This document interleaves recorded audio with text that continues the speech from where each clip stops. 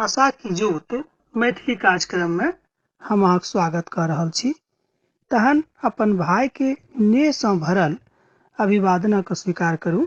हम विश्वास करैत छी वा आशा राखैत छी जे अहाँ सब खूब नीक सँ होयब, मुदा अहाँक धिया पुता सेहो बड नीक सँ होताह। पिता परमेश्वर अहाँ से प्रेम करैत छथि, एहि बातक बुझनाइ अहाँ आरंभ कऽ चुकल छी, मुदा हमरा एहिठाम जे अहाँ पाती लिख रहल छी तकरा लेल सेहो हम अहाँके धन्यवाद दऽ रहल छी। हमर मित्रवर, प्रभुक प्रेम सँ बढ़ि कऽ दुनियामे आर कोनो प्रेम नहि होइत अछि, मुदा प्रभुक प्रेमक जँ अहाँ बुझि रहल छी तहने अहाँ पवित्र वचनक अध्ययन करयमे मोन लगा सकलहुँ हेँ, मुदा एना नहि लगा सकलहुँ हेँ। पछिला अध्ययनमे हमरा लोकनि देखलहुँ निर्गमनक पोथी तकर 23 अध्यायके अध्ययन कयने छलहुँ हेँ। आजुक दिन हमरा लोकनि एही पोथी के 24 अध्याय के अध्ययन आरंभ कऽ रहल छी। तहन ऐसे पहिने हमरा लोकनि अध्ययन आरंभ करी, आओ एकटा छोट प्रार्थना कऽ ली। हे सर्वशक्तिमान पिता, प्रभु जी हम अहाँके धन्यवाद दैत छी। हमर सब श्रोता भाई बहिनी के अहाँ प्रभु विशेष रूप में आशीषित करू, जाहिसँ प्रभु हुनका जिंदगी में खूब नीक नीक काज होए, मुदा हुनका जिंदगी में कोनो तरहक जो तकलीफ छै प्रभु तकरा अहाँ दूर कऽ दियौ। एहि छोट प्रार्थना का हम अपन उद्धारकर्ता यीशु क्रिस्त के नाम सँ मांग रहल छी, आमीन। तहन हम पूर्ण रूपेण विश्वास करैत छी जे अहाँ सब ओते होय, मुदा अहाँके विचार, अहाँके भावना सेहो प्रभुक दिश में लटकल होइत। तहन 24 अध्यायक जे किछु मुख्य बात अछि तकरा हम अहाँके बता रहल छी। अध्याय 24 में वा अध्याय 21 में हमरा लोकनि एहि बातक देखब जे पिता परमेश्वर मनुष्य जाति के कोना के व्यवस्था देलखिन आ मनुष्य जाति कोना कोई व्यवस्था के मानबाक लेल तैयार भेलाह। मुदा एहिठाम विशेष रूपे ओ व्यवस्था इसराइली लोकक लेल देवल गेल रहनि। हमर मित्रवर, हमर भाई बहिन, एक बेर हम आरो अहाँ से कहने छलहुँ हैं कि इसराइली लोक वह छथि जे प्रभु यीशु मसीह के अपन उद्धारकर्ता के रूप में ग्रहण कऽ चुकल छथि। मान लियो जो अहाँ प्रभु यीशु मसीह के अपन उद्धारकर्ता के रूप में ग्रहण कऽ चुकल छी, तेकर मतलब यह भेल कि अहाँ प्रभु यीशु मसीह के माननाइ आरंभ कऽ देने छी, अर्थात अब अहूँ इसराइली कहा सकलहुँ। एहिमे कनिको संदेह नहीं थिक। अब तो हम बुझे छी जे एहि शब्दक अर्थ अहाँ खूब नीक जकाँ बुझि गेलो होइक। वचन पालनक जे प्रतिज्ञा पिता परमेश्वर मनुष्य जातिक देलखिन तकरा ऊपर हमरा लोकनि बेर बेर ध्यान दऽ रहल छी। तहन एहि अध्याय के पहिल पदक दिस ध्यान दी। जँ अहाँके लग पवित्र पोथी बाइबिल अछि तऽ कनि खोलि लिअ हमरा संगे निर्गमनक पोथी तकर 24 अध्याय आ तकर 1 पद।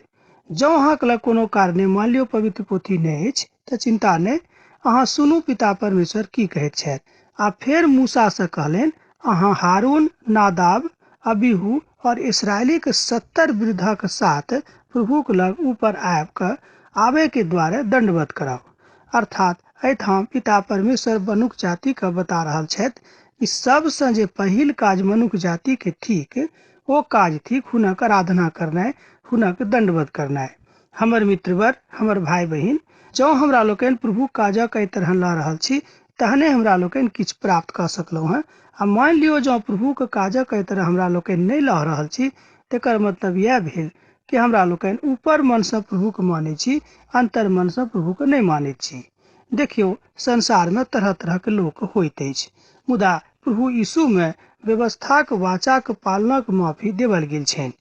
ई बात पुरना नियमक काल में बतायल गेल रहे, मुदा प्रभु यीशु मसीह के सोनित एहि द्वारा बहावले गेले कि मनुष्य जाति हुनक सोनितो के कारणे उद्धारक प्राप्त करे। एक गोटे हमरा आबि कऽ पूछलखिन कि यौ, जे कियो व्यवस्था के मानैत छै तऽ की हुनक उद्धार नहीं हेतै? तऽ हम हुनका कहलियनि कि नहीं, जे कियो व्यवस्था के मानैत छथि हुनक उद्धार नहीं हेतै। मुदा ई जरूर अछि कि व्यवस्था माननाइ हमरा सब गोटे के काज अछि, मुदा उद्धार प्रभु यीशु मसीह के कृपा के कारणे मनुष्य जाति के भेटैत अछि। अहाँक नीक काजक कारणे नहीं वा अहाँक कोनो बड़ाई के कारणे अहाँक उद्धार नहीं भेटत। बहुत कियो एहि संसार में बातक सोचैत छथिन कि हम कहियो खराब काज नहीं केलहुँ आ बा नहीं करब तऽ कियाक हमरा उद्धार नहीं भेटत।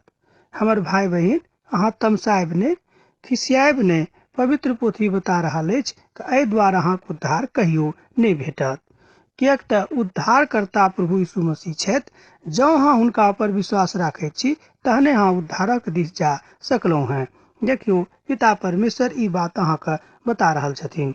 मात्र मूसा प्रभुक निकट अयलाह, मुदा ओ सब प्रभुक निकट नहि अयला और दोसर लोग सब सेहो हुनका संगे ऊपर नहि अयलाह। ई बात एठाम बतायल गेल छै। तहन एकटा पदक हमरा लोकनि आरो देखी, तेसर पदक।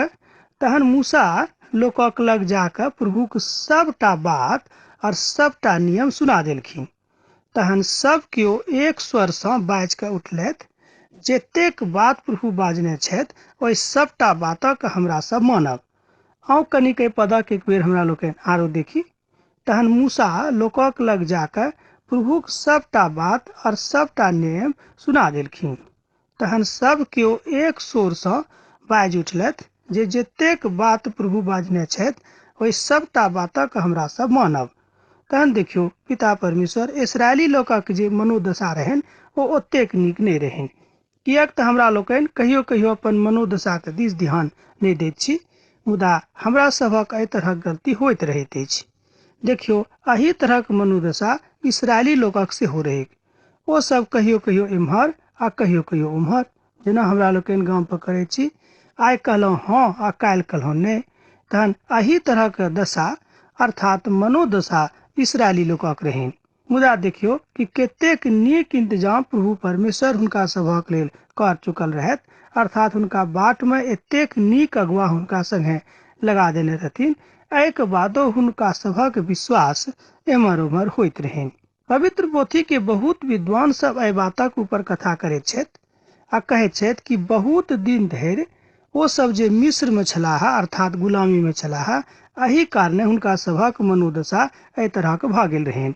हमर मित्रवर, हमर भाई बहिन, की ई बात नीक अछि? कनिक अहूँ ध्यान दियौ कि प्रभुक लोक सबके की एहि तरहक कथा करबाक चाही। कलीसिया के दिस जँ कनिक ध्यान देब तऽ कलीसियो सभक दशा एही तरहक अछि। कलीसिया शब्दक अर्थ अहाँ जानते छी, जतऽ विश्वासी लोगक झुंड रहैत अछि तकरा हमरा लोकनि कलीसिया कहैत छी। मुदा जँ पवित्र पोथी बाइबिल में देखबै तऽ कलीसिया के मसीह के देही के संज्ञा देवल गेल छैक। मान लियौ जँ देही के कोनो अंग खराब अछि वा गंदा अछि तऽ यह बुझियौ कि संपूर्ण देही के ओ गंदा कऽ दैत अछि। तैं हमरा लोकनि कहैत छी कि जँ हमरा लोकनि कलीसिया के गंदा कऽ रहल छी तेकर मतलब तऽ यह भेल कि हमरा लोकनि मसीह के खराब बाजि रहल छी। हमर मित्रवर, हमर भाई बहिन, एहि तरहक मनोदशा अहाँ अपना ऊपर नहि लाउ। ई दोसर अवसर रहनि जहन इस्राएली लोग एहि तरहक कथा कयलथि। अर्थात एहिठाम इस्राएली लोग बड्ड उत्साहित दिखाई पड़ैत छथि। लागैत छै हुनका हृदय में कि परमेश्वरक निवास स्थान बनि चुकल छै। मुदा हमरा लोकनि बेर बेर देखैत छी जे इस्राएली लोकक मन एम्हर उम्हर होइत छनि। हमर भाई बहिन, एहि बातक कनिक अहाँ ध्यान दियौ। भऽ सकैत छै जे अहूँके मन कहियो एम्हर उम्हर एही तरह भऽ जाइत होइत, मुदा प्रभुक दिस देखैत रहू। तहन मूसा प्रभुक सबटा शब्दक लिख देलखिन आ भिनसर सँ उठि कऽ मूसा पर्वतक नीचाँ एकटा वेदी और इस्राएली के 12 गोत्रक 12 टा खम्बा का निर्माण सेहो कऽ देलखिन। एहिठाम एकटा बातक विद्वान सब कहैत छथि, यह ओ जगह रहै जतऽ इस्राएली के 12 गोत्रक निर्माण एहिठाम भेलैक। अर्थात एना कहियो कि पिता परमेश्वर एहिठाम इस्राएली के 12 गोत्रक नींव राखि देलखिन। किएक तब याकूबक मृत्यु भऽ चुकल रहनि आ इस्राएल ओहिठाम से ओतऽ से रवाना भऽ चुकल छथि, अर्थात मिस्र सँ। अब वो सब कनानक बाट में छथि। एना कहियो ई सबटा बात आ ई सबटा व्यवस्था प्रभु परमेश्वर हुनका सभक लेल कनानक बाटे में कऽ रहल छथि। तहन मूसा एकटा इस्राएली छवि के भेंट रहैत। एना कहियो मूसो के मन में इस्राएली लोकक लेल एकटा महान छवि रहनि कि ई सब परमेश्वरक लोक छथि, तैं हिनक सेवाक लेल पिता परमेश्वर हमरा एहिठाम पठौने छथिन। तहन छठम पदक देखियो। अब मूसा तऽ आधा सोनी तक लऽ कऽ कटोरा में राखि लेलखिन और आधा सोनी तक वेदी के ऊपर छीट के लगा देलखिन। ई एकटा ओहि टाइम के नियम रहे, ओहि कालक नियम रहे। एहिसँ अहाँ कनिक तमसायब नहि, किएक तऽ मनुष्य जातिक मन में एहि तरहक विवेचना होइत रहैत अछि। ओ विवेचना की थिक तकरा दिस कनिक ध्यान दियौ। ओ विवेचना अछि कि मनुष्य जातिक मन में सदिखन ई बात उठैत रहैत अछि कि हमरा लोकनि जे करि रहल छी, मुदा हमरा लोकनि जे किछु करब ई नीक नहि अछि। जे कुछ कऽ रहल छी एहिके ऊपर ध्यान दियौ। कि लोक सोचैए कि हम जे कऽ रहल छी वएह नीक अछि, मुदा अहाँ जे करै छी से नीक नहि अछि। एहि बातक सत्यापन अहाँ 7म पदमे कऽ सकलहुँ हेँ। तहन वाचाक पोथीके लऽ कऽ लोक सभटाके पीढ़ी सुनलखिन आ ओ सुनि कऽ ओ सब कहलखिन कि जे किछु बाजने छथि ओहि सभटा बातक हमरा सब करब आ हुनक आज्ञाके मानब। देखियौ एक बेर आरो इसराइली लोकनि एहिठाम ओहि सभटा बातक स्वीकारोक्ति दऽ रहल छथि जाहि बातक पिता परमेश्वर हुनका सबसँ अपेक्षा राखैत रहथिन। हमर मित्रवर, हमर भाई बहिन, प्रभु परमेश्वरक यह एकटा अपेक्षा छनि कि हमरा लोकनि हुनक गुणानुवाद करी। यशायाहक पोथीमे लिखल गेल छै कि मनुष्य जातिके सृष्टि पिता परमेश्वर एहि द्वारा कयनहिए रहथिन जाहिसँ हुनक गुणानुवाद करी, मुदा मनुष्य जाति हुनका एहिठाम आबि कऽ बिसरा दै छथिन। देखियौ रोमियोके पोथीमे सेहो पवित्र पौलुसक माध्यमसँ हमरा लोकनि एहि बातक जानकारी प्राप्त करैत छी। जँ अहाँके लग रोमियो पोथी अछि तऽ हमरा संगे संगे अहूँ खोलि कऽ देखियौ। रोमियोक पत्रीमे एहि बातके सबटा वृत्तांत खूब नीकसँ बतायल गेल छै। 3 अध्यायके 10म पदमे लिखल गेल छै कि जेना धर्मशास्त्रमे लिखल गेल छै, केओ धर्मी नहि छथि, एको गोटे नहि।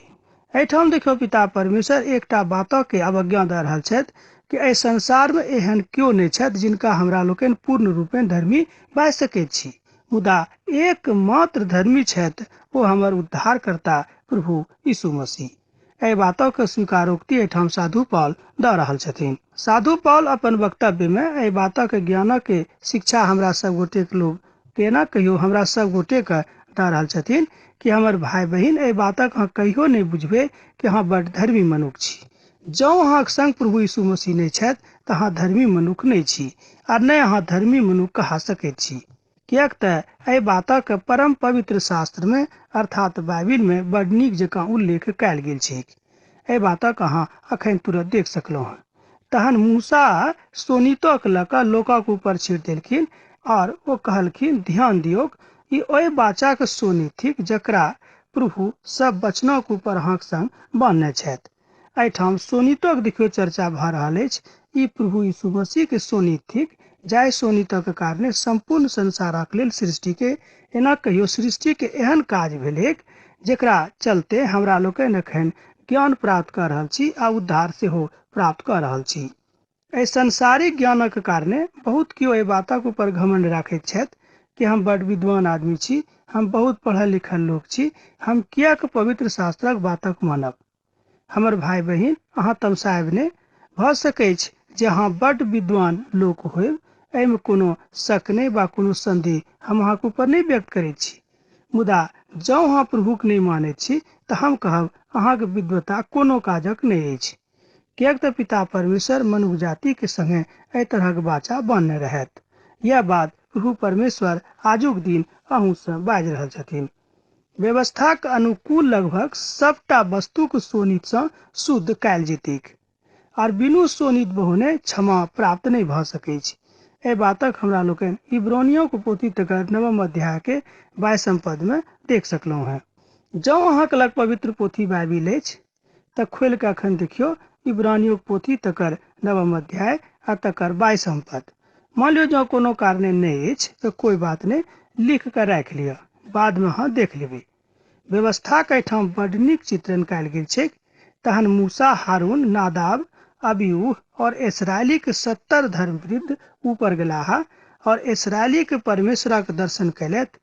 हुनक एना कहियो चरणक नीचाँ नीलमणि ओहिठाम चबूतराके एकटा जकाँ बनल रहै, जेना चबूतरा हमरा लोकनि गाम पर बनाबै छी ओही तरह बनल रहै। हुनक अवस्था वा हुनक आकार प्रकार ओही तरहक रहै जे संगक संग हुनका संगे स्वच्छ रहै, अर्थात सरंगसँ जतेक बात आबैत अछि अर्थात स्वर्गसँ ओ सबटा स्वच्छ रहैत अछि। एहि बातक अहाँ एही पोथीके 10 पदमे पढ़ि सकलहुँ हैं। एक बेर आरो हम अहाँके स्मरण दिया दै छी जे आजुक दिन हमरा लोकनि 24 अध्यायके अध्ययन कऽ रहल छी। ओ सब इसराइली के परमेश्वरक दर्शन कयलथि। आब आवश्यक थिक जे परमेश्वरक पवित्र शास्त्रक ई संदर्भ एहन कोन तथ्यक उद्घाटन कऽ रहल अछि। मुदा हमरा लोकनि एकटा बातक ऊपर कनिक ध्यान दियौ। बहुत ठाम मनुष्य जाति एहि बातक ऊपर विश्वास राखैत छथि कि हम बड्ड विद्वान मनुष्य छी आ जे किछु हमरा संग भऽ रहल अछि ओ बड्ड नीक भऽ रहल अछि।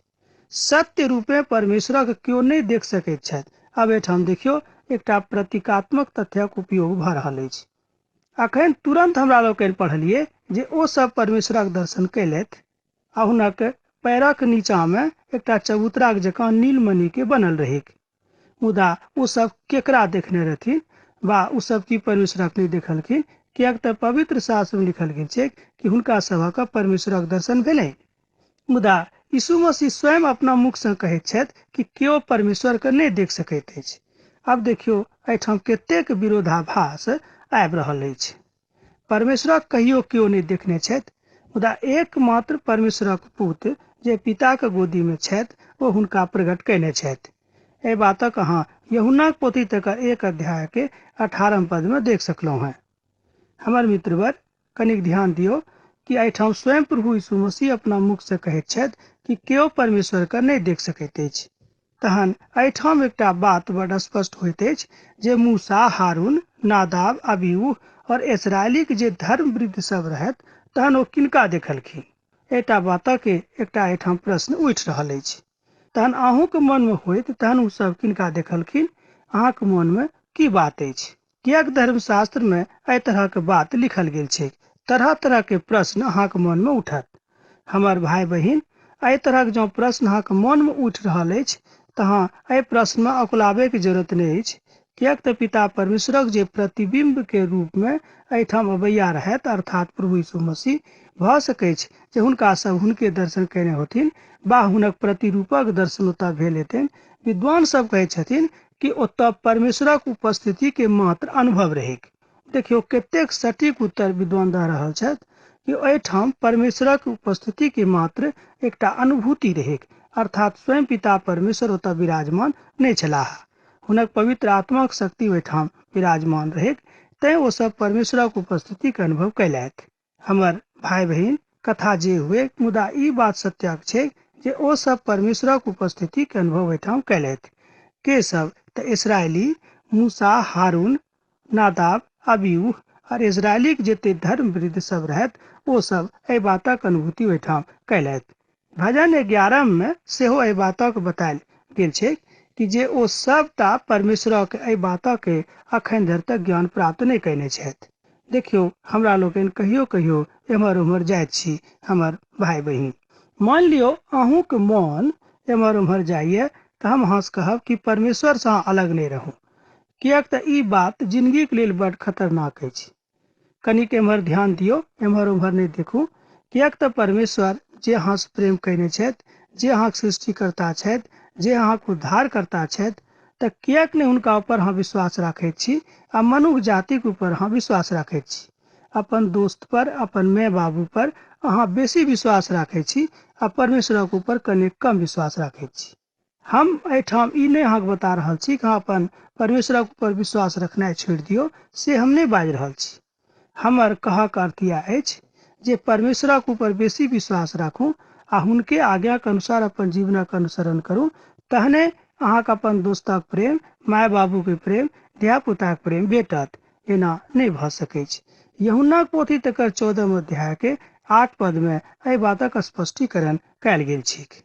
कनिक देखियौ जे ओ सब परमेश्वरक ने मुदा हुनक अस्तित्वक अनुभूति कैलथि।